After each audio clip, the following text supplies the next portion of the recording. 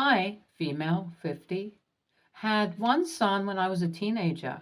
His name is Josh, male, 33, and our relationship is super complicated.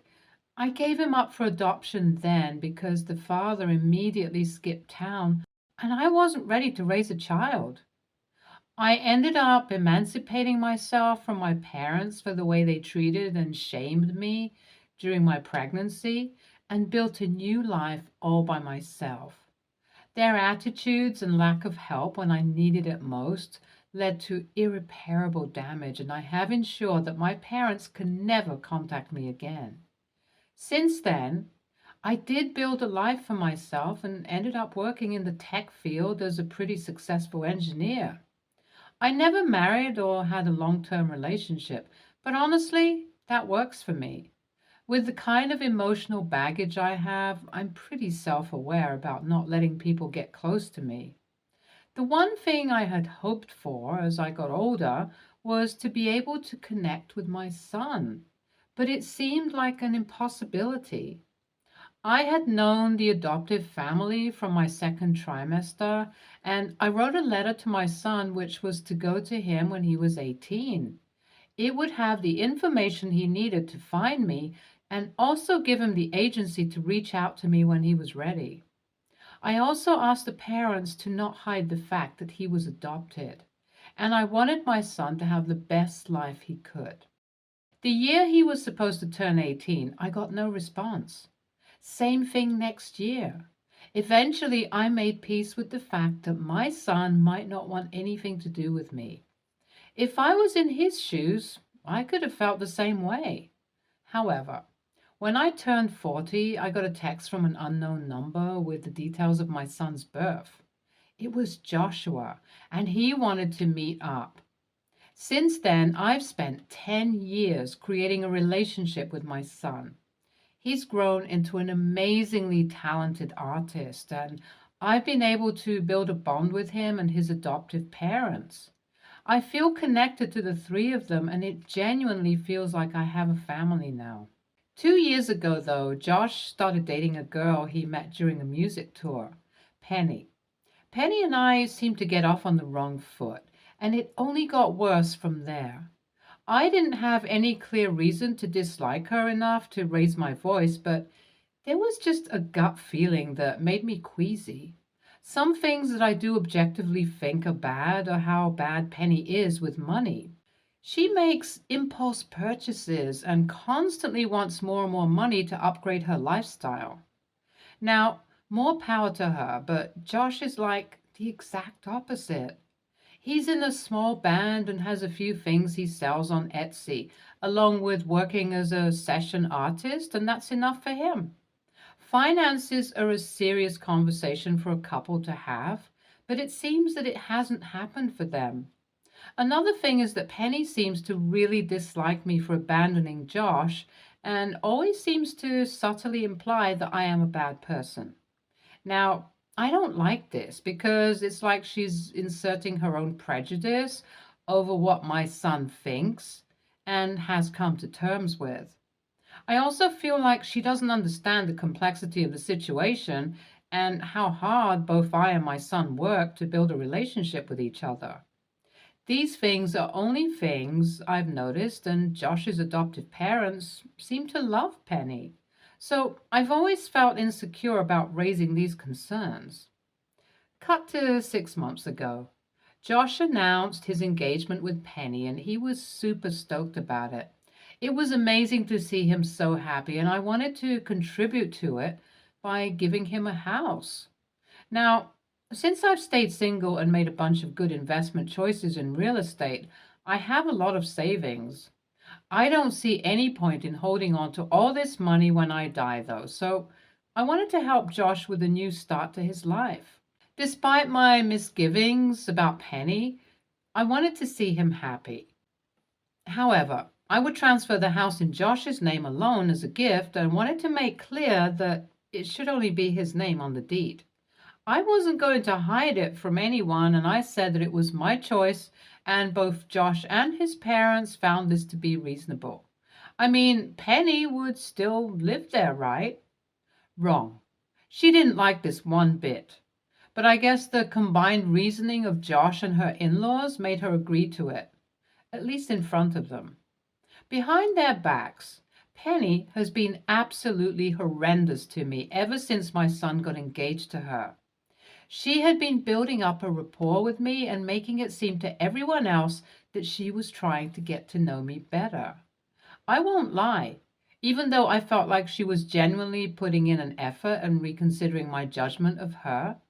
But then she snapped one day and revealed everything she wanted. We had gone out for brunch together, and Penny casually mentioned the idea of having kids with Josh. Then she said, I don't know if I would be comfortable with you around them, OP. They're my kids too, and you do have a history of abandoning people. What if they get too emotionally attached to you and you suddenly decide you don't want this family anymore? That was the most hurtful thing I had ever heard. And I should immediately have fought back and cussed her out, but she made it seem like I was the bad guy. Then Penny brings up the house. She said, maybe if I knew you trusted me, maybe if you thought of me and Josh as equal owners, like with the house, I would know you're here for good. I cut brunch short and she left while sweetly telling me to think about it. Later on, I got a long text from her repeating the things she had said and presenting it as an ultimatum. I spoke to some of my friends about it, and they think this is enough of a red flag for me to tell my son, so I did. He called me after I sent him a screenshot of the text messages and told him about everything happening. He felt hurt that I hadn't opened up to him beforehand and said he'll have a serious talk with Penny. Not long after, I had Penny call me and scream at me for lying to Josh. He asked for space and time to reconsider their relationship and was staying with his parents. I genuinely don't think I'm TA, but some of my other friends are on the fence after hearing how the conversation went at brunch. To them, it does seem like Penny was genuinely worried for her family unit and wanted to make sure I was committed to both of them. Do you guys think that was the case? Update 1. Okay, after reading through your comments, I've realized that my friends may not be the best at putting their prejudices away. I think the fact that I did give up Josh is something that they judge me for, and that's why they've empathized with Penny. I think I'll cut them out of my life if they can't accept me for me. As for Josh and Penny, their relationship is over, but Penny has not accepted it with grace at all. Apparently, the fact that Josh was adopted wasn't something his extended circle knew, but Penny has been spilling his secret to everyone and making it into a whole point of contention. She's made me out to be this heartless monster, and Josh to be a person who's so troubled with mommy issues that he'll listen to any manipulative thing I say. Some people in his friend group have simply accepted her at face value, and Penny's riding off of pity right now. It's affected my son mentally, and he's lost a lot of friends because he doesn't want to bitch about Penny like she is about him. That's just how he is as a person. It definitely frustrates me, and I'm going to go and speak to Josh's adoptive parents and see if we can do anything about Penny's behavior. Update 2. Things just got a lot worse. I don't know what's going on with this girl, but now Penny is trying to mess up Josh's career. She reached out to a few mutual friends of theirs who work in studios and the music industry and claimed that Josh was straight up emotionally abusive and mentally unstable. Gossip spread like wildfire, and a lot of my son's contracts and gigs just dried up. It's getting tough for him to keep up with bills, and when he reached out to Penny and asked her to stop doing what she's doing, she just ghosted him. At this point, me and Josh's adoptive parents are ready to fight fire with fire, even if he isn't. We spoke to a lawyer, and he said there's a reasonable amount of evidence to file for defamation and get Penny to pay for the financial damages caused by her outright lies. We spoke to our son about it first, and he's conceded to taking this route because Nothing else seems to be working. Update 3.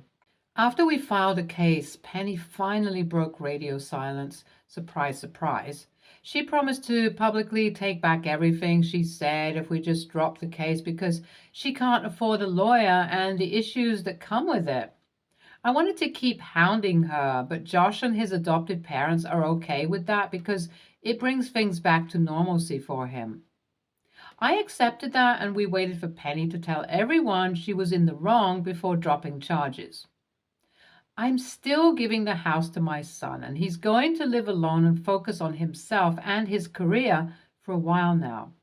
I think this relationship has taken a toll on him, but he's taking it all in his stride and trying to get back to his old cheery self. I'm still angry at that bitch, Penny, but I need to let it go. She's never going to come near my son again. After Penny took back everything she said, most of her friends turned on her and sided with Josh. They've apologized to him, but he isn't exactly running back to the same people who dropped him ASAP. His circle now is much smaller and more loyal than before, and thankfully, his career is on the uptick again. NTA, but you should definitely have said something about Penny first, even if it was just a gut feeling. I think you and Josh are at that point where he does respect your opinion and will give it some weight. You weren't just irrationally mean to his fiancée and had valid concerns. NTA. She lost her husband-to-be just to try and get a free house, lol. Kudos to you for rebuilding a relationship with your bio son and also his parents. That relationship and trust you all have outweighs Penny by a long shot. Next story. I, 20, female, started baking in the quarantine as a hobby, just to pass time. Over time, my skills have significantly improved and I've started taking orders from people. Occasionally, as I'm still a student and don't have too much time to invest in it full time. However, whenever an important occasion is coming up for my loved ones, I bake them a cake for free. I do this of my own free will because it makes me happy. A week ago, it was my best friend Zia's 23rd birthday. This would be the last birthday we'd be celebrating together as I'm moving overseas shortly for further education. So I went all out and made 2 themed cakes. One of them was a huge butterscotch and caramel cake decorated with all her favorite colors, pink and white, and very fancy decorations. The other one was a lotus Biscoff cheesecake, which is her absolute favorite dessert. On the day of her birthday, we cut the cake, and she gave us all 1 slice each from the Biscoff cheesecake. Only 3 of us apart from her. Later on, she texted me that she loved the cake so much and was kind of sad that she got to only eat 3/4 of it and wanted a whole cake for herself. I told her I'd make it for her again someday. Yesterday was my father's birthday. I made 2 Lotus Biscoff cheesecakes for him. The only reason I made it was because I had made too many ingredients left over from the last time I made it, and because he doesn't like buttercream or whipped cream frosted cakes and prefers cheesecakes or sponge cakes to them.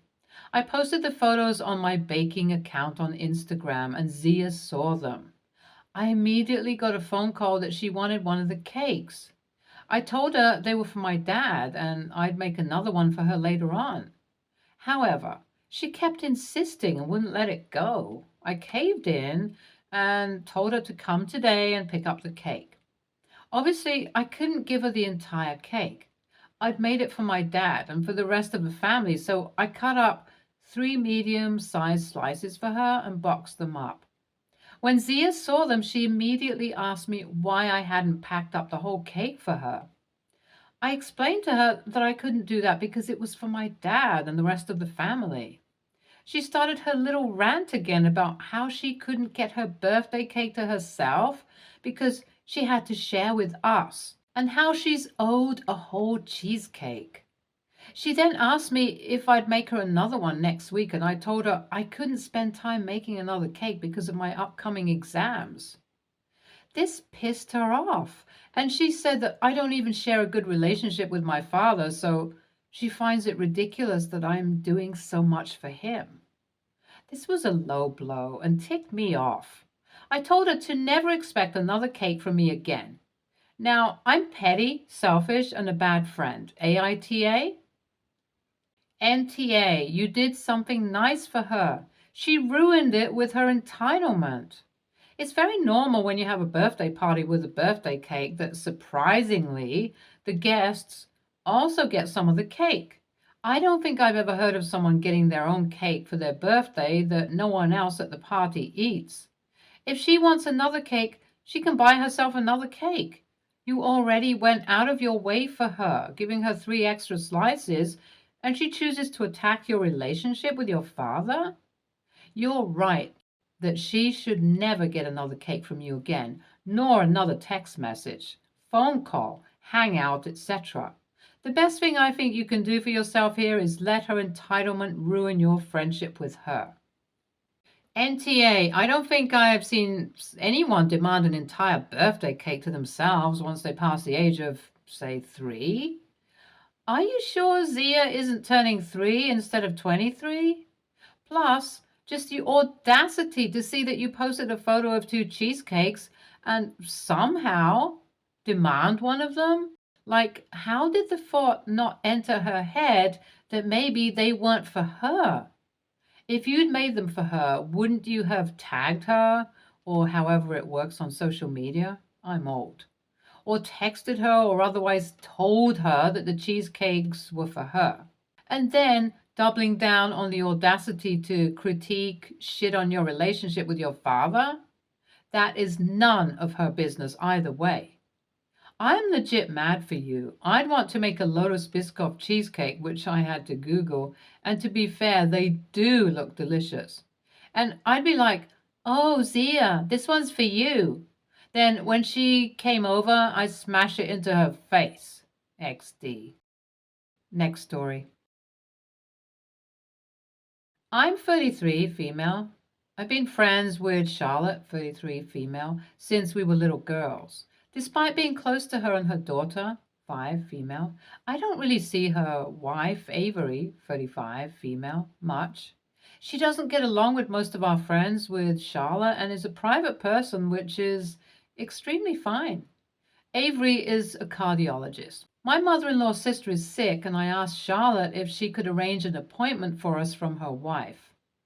She called and said she had arranged it. I decided to accompany my mother-in-law and her sister to the office. It all went well, but I noticed Avery did not have her wedding ring on. During the whole visit, she did not even mention Charlotte until I said something. And everyone addressed her as doctor, while other times she insisted on Mrs.